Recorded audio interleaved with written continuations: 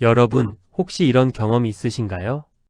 젊었을 때는 연락처가 수백 명이었는데 어느 날 문득 핸드폰을 열어보니 진짜 연락하고 싶은 사람이 손에 꼽힐 정도밖에 없는 겁니다. 명절이 되면 카톡 메시지 몇 개 주고받고 동창회에 나가면 반갑기는 한데 뭔가 공허하고 집에 돌아오면 오히려 더 피곤한 느낌. 이상하게도 사람을 많이 만나고 왔는데 마음은 더 허전합니다. 그리고 이런 생각을 하게 됩니다. 나이 들수록 왜 이렇게 외로워지는 걸까? 내가 뭔가 잘못 살고 있는 건 아닐까? 그런데 오늘 말씀드릴 이야기는 조금 다릅니다. 어쩌면 그 외로움은 잘못된 게 아닐 수 있습니다. 오히려 그게 자연스러운 흐름일 수 있다는 겁니다. 19세기 독일의 철학자 아르투어 쇼펜하우어는 이런 생각을 했습니다. 사람은 고독을 두려워하지만 사실 진정으로 자기 삶을 사는 사람일수록 혼자 있는 시간을 더 잘 견뎌낸다고요. 그는 인간관계가 많다고 해서 삶이 풍요로워지는 건 아니라고 봤습니다. 오히려 깊이 없는 관계가 많을수록 자기 자신을 잃어버리기 쉽다고 생각했습니다. 주변에 사람이 많은데도 이상하게 공허한 느낌 다들 한 번쯤 받으셨을 겁니다. 쇼펜하우어는 그 이유를 아주 명확하게 짚어냈습니다. 영상이 도움이 되신다면 좋아요와 구독 부탁드립니다. 오늘은 나이 들수록 친구가 줄어야 하는 이유에 대해 이야기해 보겠습니다. 불편하게 느껴지실 수도 있습니다. 하지만 끝까지 들으시면 지금 여러분이 느끼는 그 감정이 사실은 매우 건강한 신호였다는 걸 알게 되실 겁니다. 한번 생각해 보십시오. 우리는 어릴 때부터 사람이 많아야 한다. 인맥이 넓어야 성공한다. 외로운 사람은 실패한 사람이라는 말을 귀에 못이 박히도록 들어왔습니다. 그래서 친구가 줄어들면 왠지 내가 부족한 사람처럼 느껴지고 연락이 뜸해지면 불안해지고 모임에 불러주지 않으면 서운해집니다. 그런데 한 가지 물어보겠습니다. 지금 여러분 주변에 있는 사람들 중에서 진짜로 힘들 때 전화할 수 있는 사람이 몇 명이나 됩니까? 부탁을 해도 부담스럽지 않은 사람, 내 이야기를 들어줄 사람, 내가 잘못돼도 솔직하게 말해줄 사람. 그런 사람이 몇 명이나 있으신가요? 10명? 5명? 아니면 2~3명? 많은 분들이 솔직히 생각해보면 2~3명도 쉽지 않다고 하십니다. 그런데 우리는 왜 그보다 훨씬 많은 관계를 유지하려고 에너지를 쏟는 걸까요? 왜 그 관계들이 줄어드는 걸 두려워할까요? 오늘 그 이유를 찬찬히 살펴보겠습니다. 첫 번째 이야기, 사람이 많으면 외롭지 않을 거라는 착각. 68세 이정수 씨 이야기입니다. 이정수 씨는 30년 넘게 중소기업을 운영하셨습니다. 회사 대표였으니 자연스럽게 사람이 많았습니다. 직원들, 거래처 사람들, 동종업계 모임, 지역 상공회의소, 골프 모임까지. 명함첩이 두꺼울수록 성공한 것 같은 느낌이 들었고 연락처가 많을수록 안심이 됐습니다. 그런데 66세에 회사를 정리했습니다. 건강 문제도 있었고 체력적으로 한계가 느껴졌기 때문입니다. 그리고 회사를 닫은 지 딱 2달이 지났을 때였습니다. 그 수백 명의 연락처에서 먼저 전화가 오는 일이 거의 없어졌습니다. 이정수 씨가 먼저 연락을 해야 만남이 이루어졌고 약속을 잡아도 예전처럼 편하지가 않았습니다. 뭔가 달랐습니다. 이야기의 결이 달랐습니다. 예전에는 사업 이야기, 정보 교환, 서로 도움이 되는 대화였다면 이제는 그냥 시간 때우기 같은 느낌이 들었습니다. 상대방도 마찬가지였을 겁니다. 이정수 씨는 처음에 그게 배신감처럼 느껴졌다고 했습니다. 내가 그동안 이 사람들한테 얼마나 잘해줬는데. 그런 생각이 드니까 만남 자체가 피곤해졌습니다. 억지로 모임에 나가고 억지로 웃고 집에 돌아오면 기운이 쏙 빠졌습니다. 그러다가 어느 날 오래된 친구 한 명과 단둘이 밥을 먹었습니다. 대학 시절부터 알던 친구였는데 수십 년 동안 연락이 뜸했습니다. 그 친구와 밥을 먹으면서 2시간이 그냥 흘러갔습니다. 사업 이야기도 없었고 대단한 정보 교환도 없었습니다. 그냥 서로 살아온 이야기를 했을 뿐입니다. 집에 돌아오는 길에 이정수 씨는 오랜만에 마음이 가벼웠다고 했습니다. 왜 그럴까요? 사람은 관계의 숫자가 아니라 관계의 질에서 안정감을 얻습니다. 우리 뇌는 진짜 내 편이라고 느끼는 사람과 함께할 때 비로소 긴장을 풀고 쉬게 됩니다. 하지만 이해관계로 연결된 관계에서는 아무리 오래 함께 있어도 뇌가 긴장 상태를 유지합니다. 말 한마디 행동 하나가 관계에 영향을 미칠 수 있으니까요. 결국 에너지를 쓰는 모임이냐, 에너지를 채우는 모임이냐의 차이입니다. 많은 관계가 외로움을 막아주지 않습니다. 오히려 진짜 관계를 찾는 시간을 빼앗아갑니다. 두 번째 이야기, 오래된 관계가 반드시 좋은 관계는 아니다. 61세 박미숙 씨 이야기입니다. 박미숙 씨는 고등학교 동창 모임을 40년 넘게 이어왔습니다. 한 달에 한 번 빠지지 않고 나갔습니다. 처음에는 진짜 반가웠습니다. 젊은 시절 이야기를 나누고 같은 추억을 공유하는 게 좋았습니다. 그런데 언제부터인가 모임이 조금씩 달라지기 시작했습니다. 누가 어디 살고, 자식이 어디 취직하고, 남편이 무슨 일을 하고, 집이 얼마짜리고. 이야기가 자꾸 그 방향으로 흘렀습니다. 박미숙 씨는 평범하게 살았습니다. 남편은 중소기업 직원이었고, 자식은 지방 대학을 나와서 평범한 회사에 다니고 있었습니다. 모임에 나갈 때마다 왠지 모르게 작아지는 느낌이 들었습니다. 그래도 40년 넘게 이어온 모임이었으니 끊을 수가 없었습니다. 혹시 쟤는 왜 안 나와? 라는 말이 나올까봐 두려웠고 모임에서 빠지면 뭔가를 잃는 것 같았습니다. 그러다가 어느 날 허리를 다쳐서 2달 연속으로 모임에 못 나갔습니다. 처음엔 많이 연락이 올 줄 알았는데 카톡 단체방에 가끔 메시지가 올 뿐이었습니다. 그런데 신기하게도 2달 동안 모임에 못 나간 것이 오히려 편했습니다. 회복되고 나서도 박미숙 씨는 모임에 다시 나가지 않았습니다. 대신 예전부터 같이 걷기 운동을 하자고 했던 동네 이웃 2명과 매주 만나기 시작했습니다. 대단한 이야기는 없었습니다. 걸으면서 날씨 이야기, 요즘 건강 이야기, 텃밭에 뭘 심었다는 이야기. 그런데 집에 돌아올 때 마음이 가벼웠습니다. 이게 왜 이렇게 다를까요? 사람은 자신이 비교당한다고 느끼는 자리에서는 자연스럽게 방어 자세를 취하게 됩니다. 솔직한 이야기를 하기 어려워지고 있는 그대로의 모습을 보여주기 꺼려집니다. 반면 비교가 없는 편안한 자리에서는 방어할 필요가 없으니 그냥 자기 자신으로 있을 수 있습니다. 오래됐다고 해서 좋은 관계가 아닙니다. 내가 있는 그대로 있을 수 있어야 좋은 관계입니다. 오래된 관계가 진짜 관계는 아닙니다. 편안한 관계가 진짜 관계입니다. 세 번째 이야기, 억지로 유지하는 관계가 스스로를 갉아먹는다. 64세 최성원 씨 이야기입니다. 최성원 씨는 은퇴 후에도 바빴습니다. 예전 직장 모임, 동창 모임, 등산 모임, 봉사 모임까지 일주일에 서너 번은 사람을 만났습니다. 주변에서 활동적이다, 사교성이 좋다는 말을 들었고 최성원 씨 본인도 그 말이 좋았습니다. 그런데 어느 날부터 이상한 증상이 생겼습니다. 모임 날이 다가오면 괜히 피곤해졌습니다.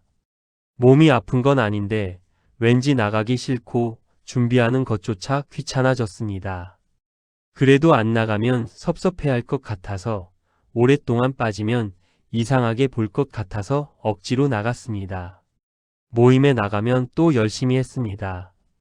분위기를 맞추고 재미있는 이야기도 꺼내고 다음에 또 보자는 말도 했습니다. 집에 돌아오면 탈진한 것처럼 피곤했습니다. 진짜로 원해서 나간 게 아니라 관계를 잇는 게 두려워서 나간 것이었으니까요. 그러던 중 딸이 한마디를 했습니다. 아버지, 요즘 왜 이렇게 지쳐 보여요? 사람 많이 만나는데 왜 더 힘들어 보여요? 그 말에 최성원 씨가 멈췄습니다. 그 뒤로 최성원 씨는 모임을 하나씩 정리하기 시작했습니다. 나가면서 진짜 기분이 좋아지는 모임만 남기고 의무감으로 나가던 모임은 조용히 빠졌습니다. 처음엔 섭섭해하는 사람이 있었지만 몇 달이 지나자 아무도 크게 신경 쓰지 않았습니다. 그리고 최성원 씨는 훨씬 가벼워졌습니다. 이 상황에서 흥미로운 심리가 하나 있습니다. 사람은 무언가를 잃는 게 두려울 때 실제 그것이 자신에게 이로운지 따지지 않고 무조건 지키려고 합니다. 관계도 마찬가지입니다. 이 관계가 나에게 실제로 좋은가 보다. 이 관계를 잃으면 어떡하나라는 불안이 먼저 작동합니다. 그래서 억지로 유지하게 됩니다. 하지만 그 억지 유지가 쌓이면 정작 진짜 좋은 관계를 위한 에너지가 남질 않습니다. 관계를 잃는 게 두려운 게 아닙니다. 홀로 남는 게 두려운 겁니다. 그 두 가지는 다릅니다. 네 번째 이야기, 혼자 있는 시간이 불편한 이유. 57세 윤경희 씨 이야기입니다. 윤경희 씨는 자식들이 독립하고 나서 처음으로 혼자 남겨진 시간을 경험했습니다. 남편은 일이 많아 저녁 늦게 들어오고 낮 시간에는 집에 혼자 있었습니다. 처음에는 그게 너무 불편했습니다. 뭔가 해야 할 것 같은데 뭘 해야 할지 모르겠고 아무것도 안 하고 있으면 괜히 시간을 낭비하는 것 같고 마음이 허전했습니다. 그래서 뭐든 채우려 했습니다. 텔레비전을 켜거나 아는 사람에게 전화를 하거나 카페에 나가거나 혼자 있는 상태 자체를 피하려 했습니다. 모임이 생기면 반가웠고 약속이 있으면 안심이 됐습니다. 그러다가 우연히 동네 도서관을 들렀습니다. 딱히 목적이 있었던 건 아닌데 그냥 들어갔습니다. 책을 한 권 꺼내서 읽기 시작했는데 2시간이 흘렀습니다. 집에 돌아오는 길에 뭔가 달랐습니다. 오히려 혼자 있었는데 마음이 충만한 느낌이었습니다. 그 뒤로 윤경희 씨는 일주일에 2번씩 도서관에 갔습니다. 처음에는 책만 읽었는데 나중에는 읽은 책에 대해 짧게 메모도 하게 됐습니다. 무슨 대단한 일이 아닙니다. 그냥 혼자 있는 시간을 불편해하지 않게 된 겁니다. 쇼펜하우어는 이런 생각을 했습니다. 자기 내면이 풍요로운 사람은 혼자 있는 시간이 고통이 아니라 오히려 회복의 시간이 된다고요. 반대로 자기 내면이 비어있는 사람은 혼자 있는 시간을 견디지 못하고 끊임없이 외부에서 자극을 찾는다고 했습니다. 혼자 있는 게 불편한 사람일수록 관계에 더 의존하게 됩니다. 그런데 그 관계마저 피상적인 것들로 채워지면 결국 관계 속에서도 외로워지는 역설이 생깁니다. 왜 그럴까요? 사람이 혼자 있는 시간을 불편하게 느끼는 건 자기 자신과 마주하는 게 어색하기 때문입니다. 끊임없이 무언가를 하거나 누군가와 있어야 한다는 느낌은 사실 자기 내면을 들여다보는 것을 회피하는 패턴일 수 있습니다. 그 패턴이 습관이 되면 혼자 있는 시간은 점점 더 견디기 어려워집니다. 혼자 있는 시간이 불편한 게 아닙니다. 자기 자신과 마주하는 게 낯선 겁니다. 5번째 이야기, 관계를 줄이자 오히려 남은 관계가 깊어진 사람. 70세 강병철 씨 이야기입니다. 강병철 씨는 60대 중반까지 관계가 정말 많았습니다. 평생 사람 좋다는 소리를 들으며 살았고 아는 사람도 많았습니다. 그런데 67세에 큰 수술을 받았습니다. 회복하는데 몇 달이 걸렸고 그 기간 동안 당연히 모임에 나갈 수 없었습니다. 수술 후 회복하는 동안 강병철 씨는 처음으로 자기 주변을 찬찬히 들여다봤습니다. 수십 년 동안 알고 지냈다는 사람들 중에서 수술 소식에 직접 연락을 해온 사람이 몇 명이나 됐을까요? 5명이 채 안 됐습니다.